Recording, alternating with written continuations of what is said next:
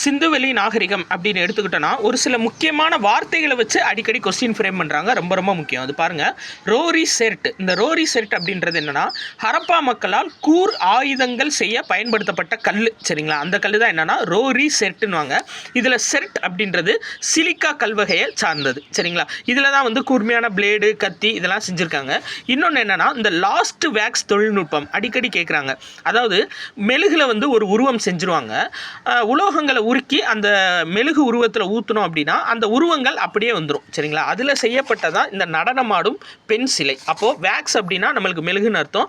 Last wax தொழில்நுட்பம் அப்படின்றது உலோகத்தை உருக்கி அந்த மெழுகில் ஊற்றி அது மூலியமாக உருவங்கள் தயாரிக்கிறது. அது லாஸ்ட் வேக்ஸ் தொழில்நுட்பம். இன்னொன்று என்னென்னா, இந்த மாக்கல்னு ஒரு கல் இருந்திருக்கு.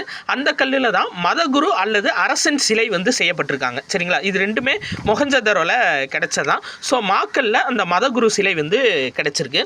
இன்னொன்று முக்கியமானது என்னென்னா, இந்த ஜெபு அப்படின்றது ஒரு மிகப்பெரிய மாட்டோட இனம். சரிங்களா, அந்த மாடு இருக்குது பார்த்தீங்களா, அந்த ஜெபு அப்படின்ற மாடு தான் முத்திரைகளில் நிறையா பறிக்கப்பட்டிருக்கு. காளை உருவம்னு சொல்லுவாங்க. ஸோ இந்த ஜெபு அப்படின்ற வார்த்தையும் ரொம்ப ரொம்ப முக்கியமானது. இதெல்லாம் சிந்துவெளி நாகரிகங்களில் இருக்கக்கூடிய வார்த்தைகள். இன்னொன்று மெலுகா அப்படின்ற குறிப்பு சிந்து பகுதியை குறிக்கிறது.